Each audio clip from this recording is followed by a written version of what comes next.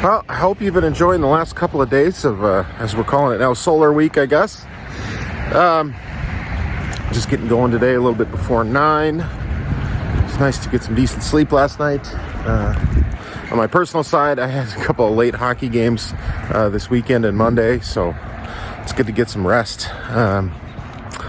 Barry's still here with the Montana Mountain Aire. Is that what that is there? Yep. He's going to be heading out here, I think, sometime today. He's not on a rush, not a big deal. I think I got another customer coming over for an estimate or two for an upcoming project, and if they're open to sharing what they're doing with all of you, maybe you'll get to see all that. But I'm just walking into the back here to talk about what we're going to be doing next in the next little bit here. And I know some of you might be excited for that alliance over here, but I think that's probably going to be next week. That's going to be a really nice system. 24 volts, about as much solar as we can fit. 800 amp hours of 24 volt batteries, so that's 1600 amp hours at 12 volt. It's going to be big. It's going to be fun. 2 inverters. But today, I think I'm going to be working on this Airstream. We're just going to be doing a little solar upgrade on it and a little recon on a bigger upgrade that the customer wants to do as funds become available. And that's one thing we totally love to do, is we can take these projects in phases if you like. Just upgrade little bits at a time. And so I'm going to get that in the shop, and maybe we'll just keep sharing our day. How about that? Oh, look at that. There's that bear again. He's doing bear stuff. How you doing, bud? Been a while since we've had an Airstream in here. But don't worry, there'll be more. Never fear. We've always got something crazy going on around here. So, just a simple one. Let's go take a look up on my sketchy scaffold that I need to likely rebuild. This thing's been through a lot. I put it together quickly from the move, and then figured, wow, like it's not even level right now. You can see the shadow from last year, and I need to secure it with better fasteners. So, okay. The plan is, with this, he's got 300 watts on here now. We're gonna add 2 more 100 watt panels. I think 1 on each side to bring him up to 500. And the thing he was telling me was, there's a new Airstream coming out. Oh, geez, I forget what it's called. You Airstreamers will probably know. Leave a comment down below. But it's got like 2 Battleborn GC3 batteries in it, 500-600 watts of solar, and it's basically built for boondocking, a lot of the stuff we do. So his choice was, do I buy a new one, which is very expensive, or just upgrade what you have? And in today's world where you throw things away, that sort of stuff, I'm all about upgrading, improving what you have. A lot of times it's a much more economical situation, especially a platform like an Airstream. It's aluminum, nice hardwood, the floors are solid. These are the last 50 years, 100 years maybe. It's pretty much like an airplane. So I think this is a great idea to invest in your Airstreams. I might be biased, but both can be true. I can benefit, and it can be a good thing to do. All right. Bear, how are we supposed to get any work done with you eating the boxes? I feed you. I feed you food. He did that in about... Is he actually eating? Look at him. Yes. What a guy.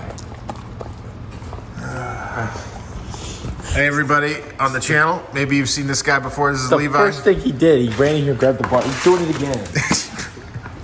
Oh, jeez. That's okay. All right. Anyway, Levi's home. Don't worry. He's not... Not dead. He's not derelict. He's not truant. He had an eye doctor appointment, so yeah. He's... I'm like Ray Charles right now. All right.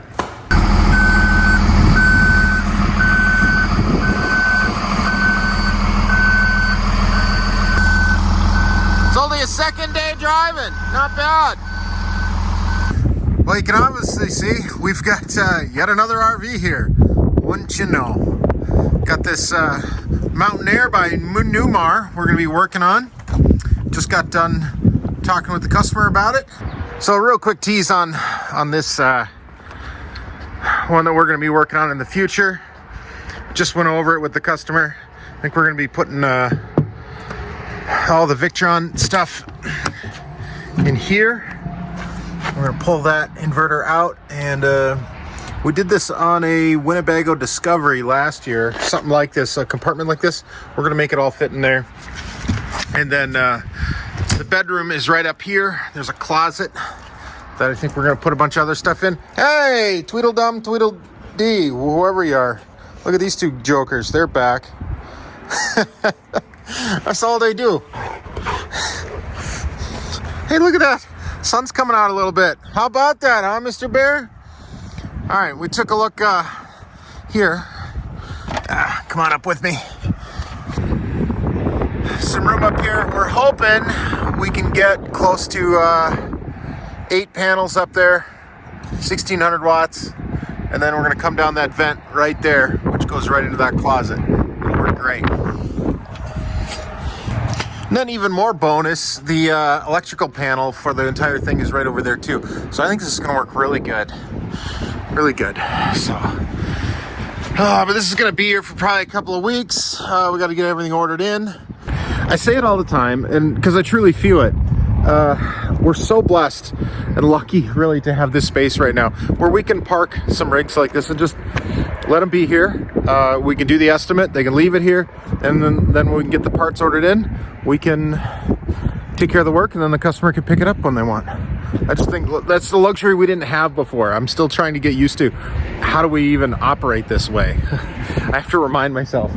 And again, the Alliance is probably getting worked on next week, so be on the lookout for that. But I think what I am going to do is get to work on the Airstream, get that taken care of, and then we can send that home. I think that's going home on Friday. And then we got an old customer back from the OG days. He's stopping by tomorrow sometime, and we're going to be doing a little bit of work on the side of the shop there with him. So should be fun. All right, got this resituated a little bit. Got our foam padding on our scaffolding there. We're gonna get up there. I don't think I have to worry about the fan with what we're gonna be doing there. I might turn it off anyway. Better safe than sorry when it comes to my head. So step 1, I think I'll take and put some brackets on the panels, and then step 2, put them up there. All right, it's been a little bit of time. It's well after dinner now, but I want to get this done today so we can put it in today's video. This Airstream International, just doing a little 200 watt solar upgrade, get it up to 500. So one thing I want to talk about real quick before we get these up there is on these, we will very often on these Airstreams, we'll put the brackets on the ends, and these frames are plenty strong. We've done this many times. They aren't going to have any problem holding themselves up that way. But we'll put them on the ends because there's more room usually front to back than there is side to side. So that's typically how and why we do that.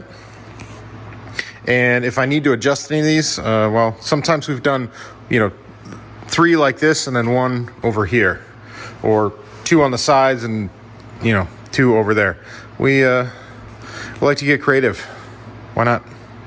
Now, before we hook those panels up, the first thing we got to do is get a SAE to MC4 adapter going. And these typically come with the gender reversing plugs, and you got to put one of these on with that ZAMP port that's up there. And then what I do to make this a little stiffer and better is I put a piece of heat shrink tubing over these, and then they stay together real good. So that's what we're going to do there. And then I will have to parallel a couple of the other panels up there. It'll make sense once we're up there, because I got to get another port open.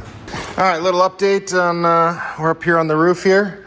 I've got these 2 panels wired up in parallel. Actually, all these are going to be in parallel, in part because that's just the way the system is right now, and we're going into a new system. Typically, if we were doing even more solar, like we've been able to get as much as 800 watts, believe it or not, on a Airstream like this, and when we do that, we'll do them in series pairs. But again, for right now, we're just doing parallel, and that's fine up to 500 or even 600 watts most times. The wire here coming from here is typically 8 gauge anyway, but it would be fine as a 10 gauge. Anyway, where am I going with this? So yeah, I got these paralleled here into that port. Got that heat shrink on there. And then here, I've got, three of those ends and only 2 ports left open. So what I decided I'm gonna do, possibly in preparation for maybe the bigger upgrade on here, is I'm gonna convert these to MC4s and parallel them that way, rather than, I could splice these, splice it into just one of these SAE connectors, but I think instead, this is what I'm gonna do. All right, we got these 2 panels on there, paralleled them up, ran them into this port here, and then I ended up actually adding another one of those SAE to MC4 adapters rather than making my own out of the Airstream ones. But then I did put MC4 connectors on these 2 ZAMP panels here. And something I wanted to chat about real quick before we're done with this video. And I really don't like throwing stones at good companies, but this kind of bothers me here, how tight they put this panel. This is the factory one, and actually this one here is one that the customer added.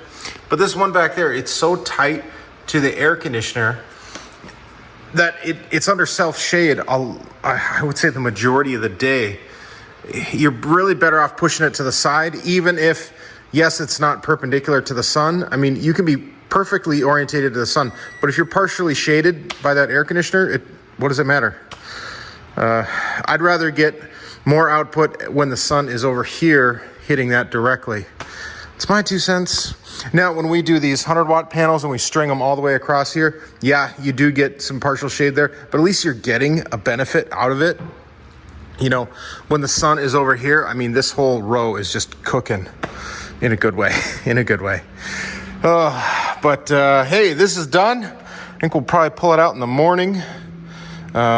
But I think this might about do it for tonight. So I think this is the end of day 3 for Solar Week, as I'm now calling it.